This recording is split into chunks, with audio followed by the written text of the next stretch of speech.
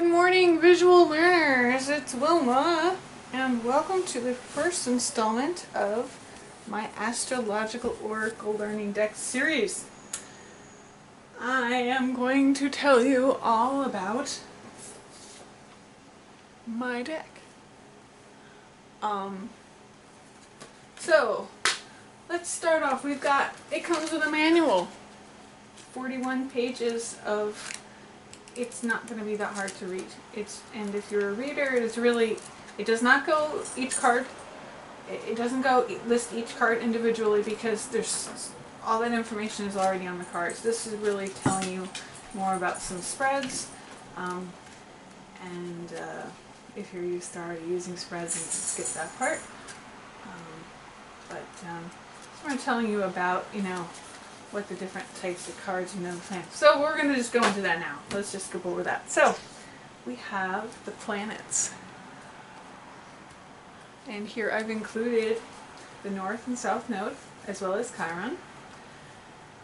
And I'll go into more detail in another video, but if you need more detail than what's on the card, you can always hit Google or one of the many references that I put into the manual.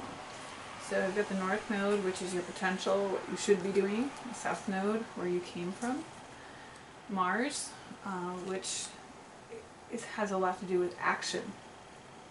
The negative and positive aspects of these planets, or any of these things, are really colored by where it is in the chart, or if you're reading it as oracle cards, what cards are with it, or what the placement is. So, as well as, with astrology, it gets into aspects and, what other, what else is with it, things like that. So now the planets all rule signs. Each planet rules a sign or multiple signs, and that's going to be listed at the bottom here. And all this stuff at the bottom is color-coded by element. I presume most of you are familiar with the 4 elements. If you are familiar with the elements, it's going to make this a lot easier. If you're not, that's okay. Excuse me. And before Scorpio, see Scorpio down here. Before we found Pluto, Mars ruled over Scorpio. Now that we have Pluto is Scorpio's ruler, but Mars still relates.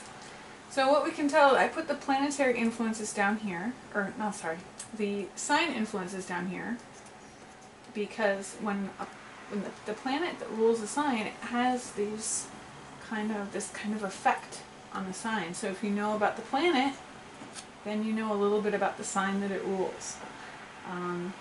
Likewise, its element, its quality, and its planet, all these things go to make up the sign, and kind of vice versa. So it's an interesting little dynamic that I included here. You don't have to use all these things, but I put the symbol here.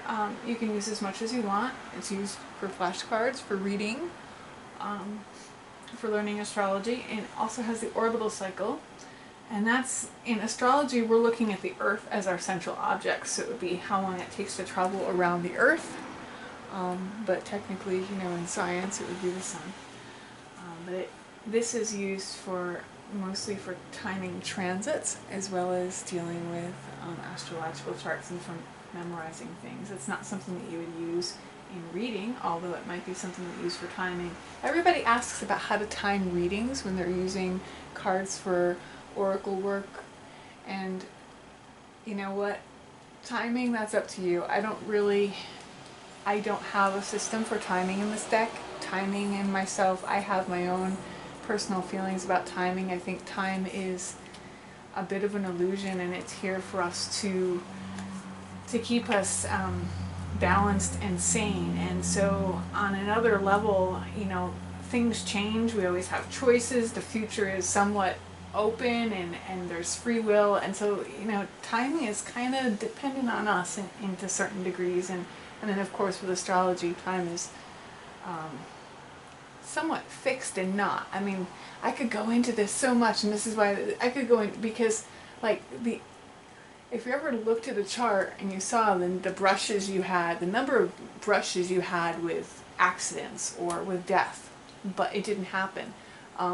It's the same as looking at your life, if you saw it from a different perspective, just nearly missing that bus. things happen. So it's just a matter of like when it's all going to happen in this time. Okay, whatever. So let's get on. So we got Venus, and you can see again color-coded Venus rules Libra and Taurus. And Libra is an air sign, Taurus is an earth sign. So we have green and yellow. So we're just going to go through these quick. So you have all your signs. Chiron is not technically a planet, but a lot of people use Chiron, so I included it in this deck as one of the major planets because Chiron is so helpful, and Chiron tends to rule over Virgo. Or is associated with Virgo. So, okay, we've got all of our planets there. So to run through that quick so I can go and battle on some tangent somewhere else because you know I'm going to do it. So now we've got our signs, and a lot of people I think are familiar with the 12 signs. If you know, if you've probably opened up the newspaper, this may be the only thing you know about astrology, is that there are 12 signs in astrology. I've color-coded them again according to their element. They'll relate to air, earth, water, and fire. So we'll start with Aries. It has its glyph, or its symbol at the top. Its personal statement is center. Over here on the left side of the card, I put the parts of the body that it rules. Again, you can get more information on Google because there's more. This is just the kind of the main theme, but not the only theme. Things that are ruled by each sign, and then its dates are on the right, but these are subjective. Sometimes they move around from year to year, so that's something that you'll want to keep in mind. And then these are broken. The signs are broken up into dualities of masculine and feminine, or receptive and assertive. So I've put that symbol right in the center, and Aries is a a masculine sign or assertive sign, as you can see by the little arrow. And then it's also got its element and its quality over here, as well as its planetary ruler. So these are just things that you can compare as whether you're using it as a flashcard, trying to remember. This is going to give you more information about this. And it also kind of bounces off of each other. So now Taurus being earth, it's green, it's fixed, earth, it's receptive, so it has the feminine symbol. See a little easier, okay? And that's ruled by Venus. So I'm going to skip through these really quick. Gemini, air, it's mutable air. Again, this is masculine or assertive, ruled by Mercury. Rules the lungs, the arms, the hands. And then Cancer being a water down here, it's receptive, it's ruled by the moon. So, what we know about the moon we can apply to Cancer. What we know about cardinal we can apply to Cancer. What we know about water we can apply to Cancer, which is all kind of here.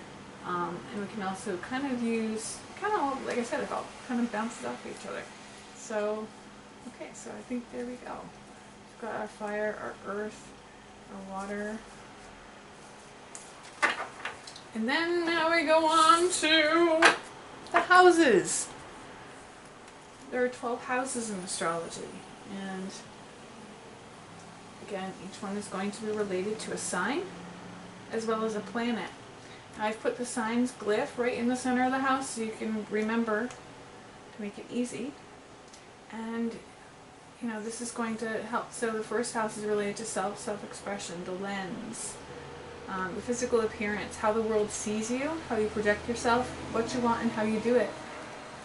And it opposes the 7th house, or Libra. So this also means that Aries opposes Libra. It's ruled by Mars.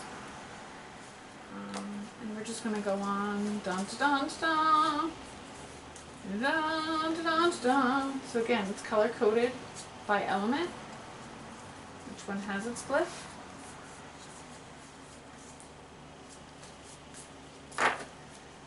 And if you're going, huh, it's okay. We'll get to that in part 2, part 3, etc. So now, all of these signs, as well as the houses, are divided into 3 categories called qualities: fixed, cardinal, and mutable. And mutable signs are adaptable to their environment, changeable, flexible. They're mental explorers. Those would be Gemini, Virgo, Sagittarius, and Pisces. They're very curious. But they're also kind of like, fairly, easy. I want to say like easygoing. They're friendly.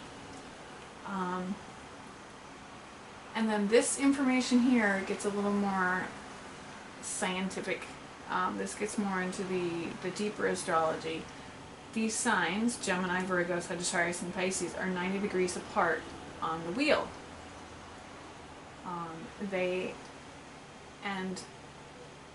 As they are 90 degrees apart, they share the same quality, being mutable, and that's called a quadruplicity. So these quadruplicities conflict. So these signs of the same quadruplicity conflict. So Gemini, Virgo, Sagittarius, and Pisces. And it also, these houses are called cadent houses.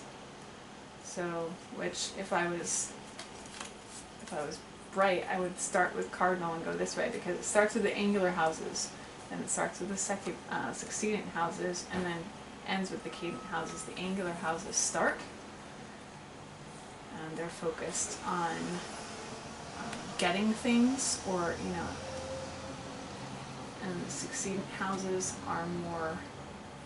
Actually, let me grab the notes. This is where we go. I've got 14 pages of notes, 15 pages, sorry, plus a glossary chart for chart patterns. So if you're looking at astrology, not just looking at this as cards, this is helpful. So now here, this is not in alphabetical order. It's in what I call the order of what makes sense to me. So we have the qualities here. The 12 signs are broken down into 3 modalities: cardinal, fixed, and mutable. The cardinal, open to change, emphasis on action, projections. They project themselves into surroundings. And this is just an easy way of, rather than having to grab your notes, you just have it in a quick place. Fixed signs are resistant to change, they're single-minded in their pursuit, mold their environment to will. So it would be Leo and Aries, for instance. Taurus also. Mutable, changeable, flexible, adaptable to their environment, mental explorers with an emphasis on intellectual activity. The dualities, the signs are divided into masculine, assertive, and feminine, receptive energy, which I showed you on, in the middle and the bottom with the male and female signs, which is triplets, sisters. The 12 signs are divided into 4 groups of 3. Each triplicity elements represents an element as a whole. Okay, we'll get to that later. But, so back to the quadruplicities. Divided into 3 groups of 4 denoting quality: cardinal, fixed, or mutable. Each sign is a unique representation of a quality, element, and duality. Now this is where, if you're going, this is where putting your cards together will make a lot of sense, which I'll show you later. If you put them all together, if you put all your fire cards together, and you look and say, like all your fire signs, and it's like, okay, this is a fixed fire sign, this is a cardinal, and this is a mutable fire, and so you'll get it. It's all there. So, and I am not doing the best at explaining this because I'm kind of all over the place. So here, in terms of dividing the houses are divided into 4 groups: the houses of life, the 1st, the 5th, the 9th. And it deals with energy and vitality, creativity and offspring, and learning and communication. Houses of wealth, the 2nd, the 6th, and the 10th. The 2nd is your personal property. The 6th is your daily employment and work, daily activities. The 10th is your career and public status. Houses of relationship, the 3rd house, the 7th house, and the 11th house. So your close family, your partnerships, and then your friends, clubs, and organizations. Houses of endings, the 4th house, the 8th house, and the 12th house. And the 4th house talks about later years in life, as well as the foundations of life.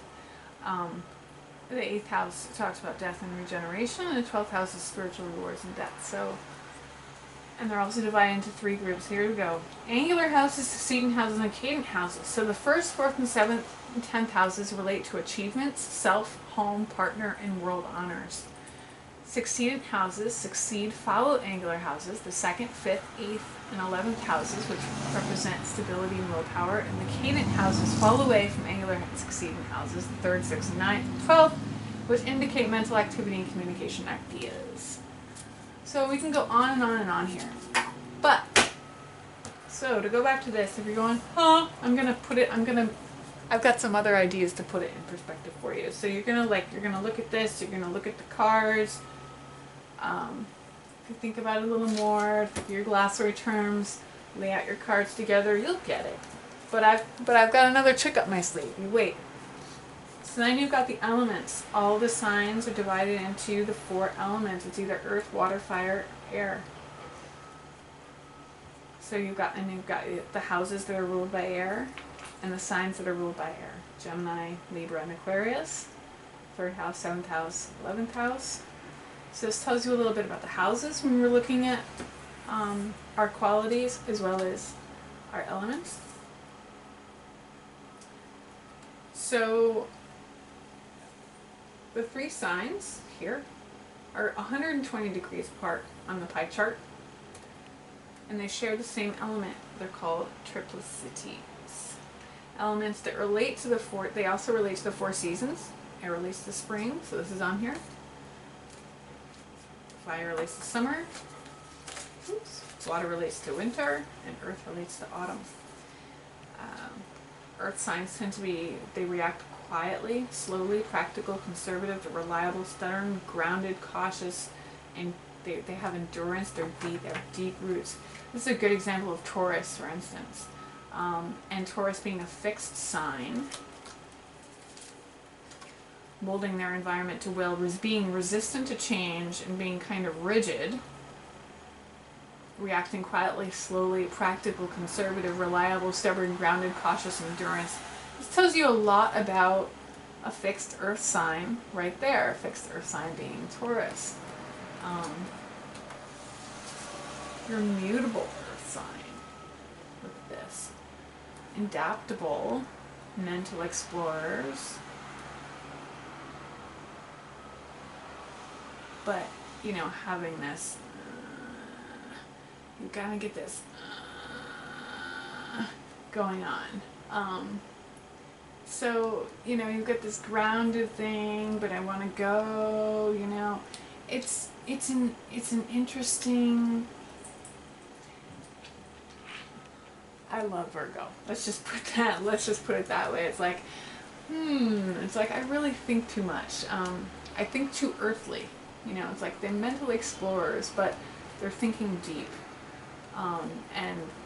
So, alright. In any case, so you can tell a lot about somebody just thinking about the element and the quality. And then we get into, this goes a little deeper. The ascendant, the descendant, the midheaven or the MC, and the nadir. These are points on a chart that we use. The ascendant is, it's more than just your sun sign. You want your sun sign, your moon sign, and your rising sign, or your ascendant. And your ascendant sign is actually the first thing that people usually see rather than your sun sign. So it's your first response to the environment. I have a Capricorn rising. I'm a Leo sun on a Virgo cusp. I have a lot of planets in Virgo, so I talk about Virgo a lot. And sometimes people are like, oh, I thought you were Virgo. No. I talk about Virgo a lot, but no, I'm a Leo, very Leo. See this hair? Okay. I'm a Leo, but right now you're seeing a lot of my Capricorn, my kind of professional side. The MC is your conscious motives, your outer strengths, your ambitions, what you're showing the world. And I have Scorpio at my MC, so I can come off a little intense. These points are going to be related to, and this is what you show your partner is on the cusp of the 7th house. And I didn't put the cusps of what houses they're on. Instead I just put a little dot to symbolize kind of where they are in the chart. The IC is interesting because it's your subconscious motives. It's like, you know, why you're doing what you're doing underneath everything, whereas this is what you're trying to achieve. So then we have, as we have all this going on together, we've got your signs, your planets, and how they relate is how they aspect to one another. Now, if you don't want to get this deep into astrology, you can just set these aside. In fact, when you want to read with these cards, you can set any of these cards aside and just read with particular groups. So if you just want to read with planets, you can do that. Just like with tarot, if you only want to read with major arcana instead of minor arcana, go for it. So if you want to learn, you know, one group at a time, go for it, and we'll go into some different ways to read later. So the first thing, this isn't really an aspect, but it's a motion. But I threw it in here because this card is very important. Retrograde motion compared to direct motion throws things a little backwards. It throws things a little internal, internalizes things, becomes a little subjective. So we've got that card. Now these are just ways to learn the cards.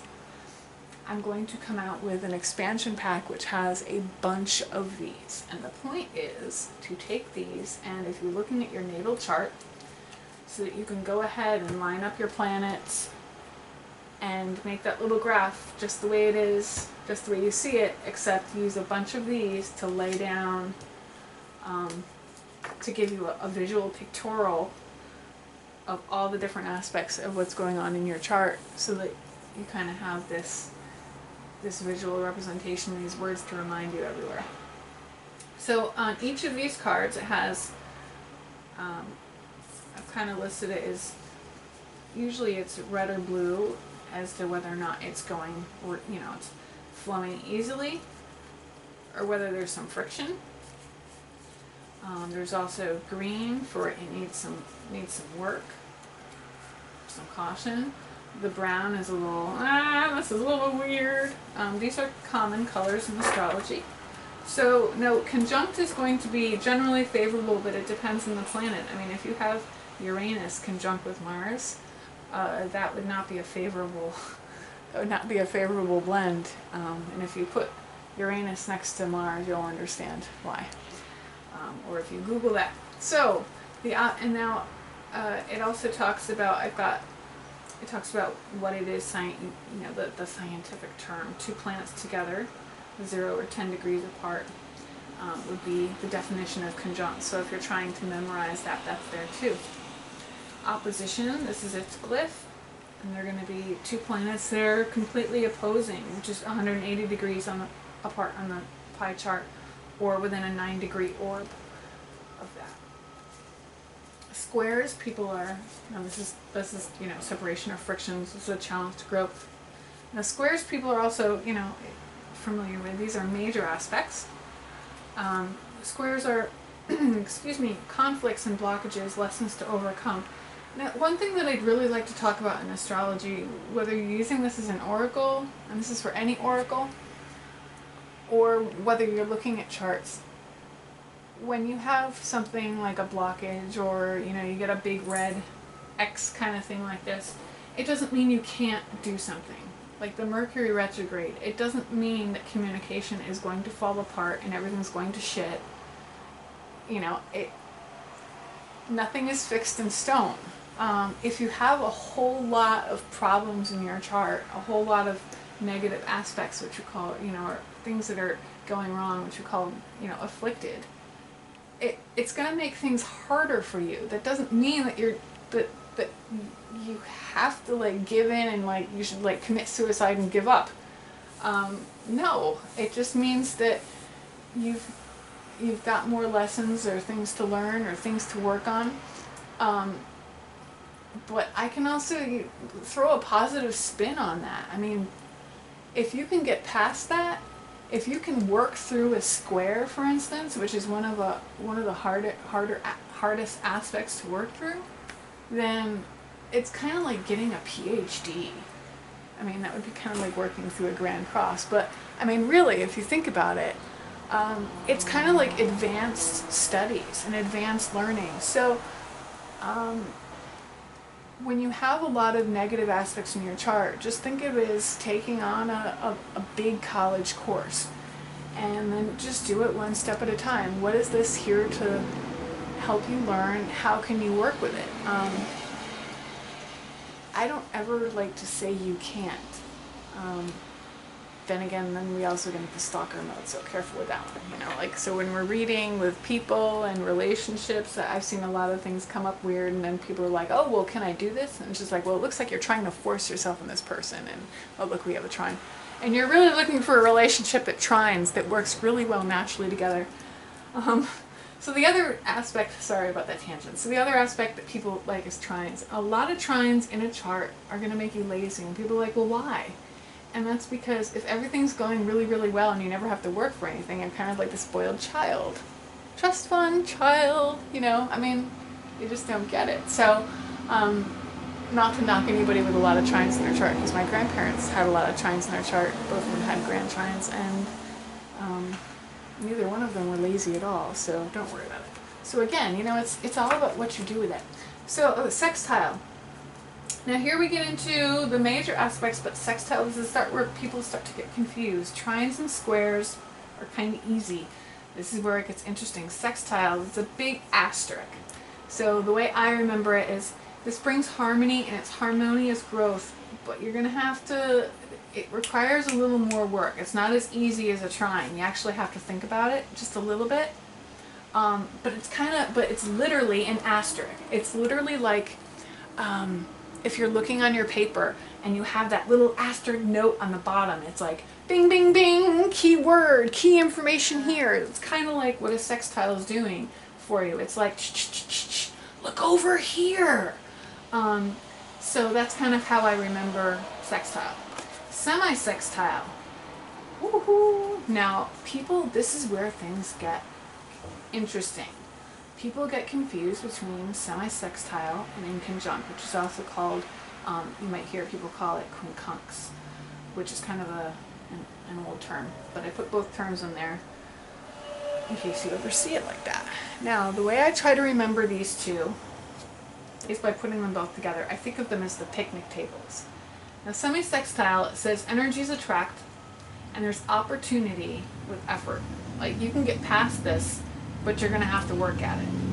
Whereas in conjunct, it doesn't understand. The planets do not whether it's planets aspecting to each other or planet aspecting to your ascendant or to the MC, it doesn't understand the other. The energies don't understand each other. They're between a rock and a hard place. It requires adjustment. The way I remember the difference between the two of these is I think of them as picnic tables. Now, this picnic table is upside down, this one's right side up. When you think of it as picnic tables, I guess technically tables. I think of sextile as a table with like, okay, we all had a party, we flipped the table over, because like, shit got real and everybody had a lot of fun. So, you know, it's like, this party got started, we flipped the table, but the parents are gonna go home. Or it's Monday morning and you gotta go back to work. It's like, oh no, shit just got real. What are we gonna do? And there's an opportunity that if everybody or you, if you focus on working at it, you can pick this mess up and write the table back and make the apartment, the house look normal before your parents get back and they'll never know you had the party. Does that make sense? That's like Wilma's terminology with semi-sextile. You can work this out. It's like, okay, somebody trashed your house at a party and flipped up the table upside down, but you can clean this mess up and you can do it. So you've got an opportunity. You've got like 2 hours before the parents get home. It's like, what movie is that? There's a whole bunch of movies like that. I think that happened in 16 Candles. It's like, you know, the kid was like underneath the coffee table. Okay.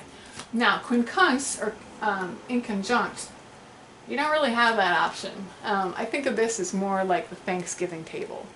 And it being brown in color, often the odd, colors in astrology being brown, aspect, when you see a color-coded chart, that's going to help because it makes me think of Thanksgiving. It makes me think of sitting around a Thanksgiving table, or, you know, any dinner table for that matter with your family. It's that typical family dinner that you're not regretting, that you're like, really tense about going to. Everybody's in the family, nobody understands each other. You have to go. You can't say no. You're between a rock and a hard place.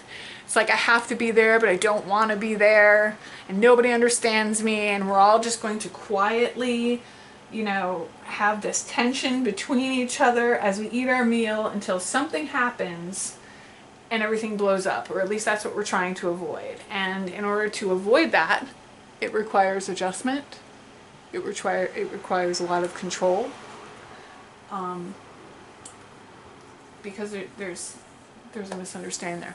So anybody with that family dynamic, or has seen that family dynamic on TV, or within a Norman Rockwell painting, that's how I remember in conjunct the family table, the family dinner table, the family picnic table. We're tense around the dinner table, and you have to be careful as not to cause that huge commotion.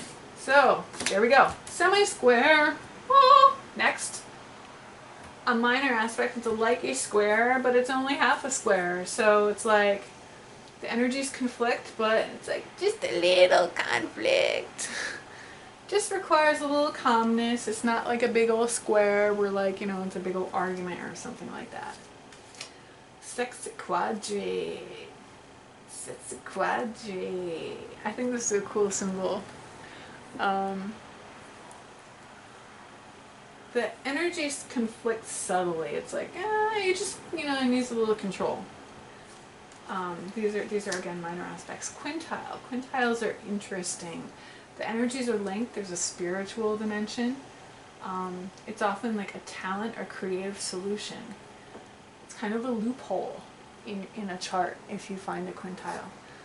The biquintiles are very similar to the quintiles, except kind of like a semi-sextile or a sextile compared to a trine. It's going to require a little bit of work. This has a little more persuasive problem solving to it. The quintile is a little more natural. This needs a little more work. And the septile is more of a dark, odd interaction. Now, this could just be me. Granted, I'm not wearing any makeup or anything, but like, I'm quite septile or just odd in general. Like, everything about me is odd. I do not have a whole bunch of septiles in my chart. I don't even know if I have one, actually. Let me go check. But it can just mean just kind of like apart from the norm, but it can also be kind of a really dark energy depending on where it's linked. So you'll see that, especially, I mean, go and look in some weird charts, you know, some intense charts. Look for some intense septile things. This is a card that, if it comes up in a relationship reading, is usually like, I mean, it depends on the cards, but often I'll get this in like a relationship that's being kind of forced or stalkerish, or it's just not right, or it's abusive in some way. Sometimes that'll come out. But, you know, it could just be that it's really different.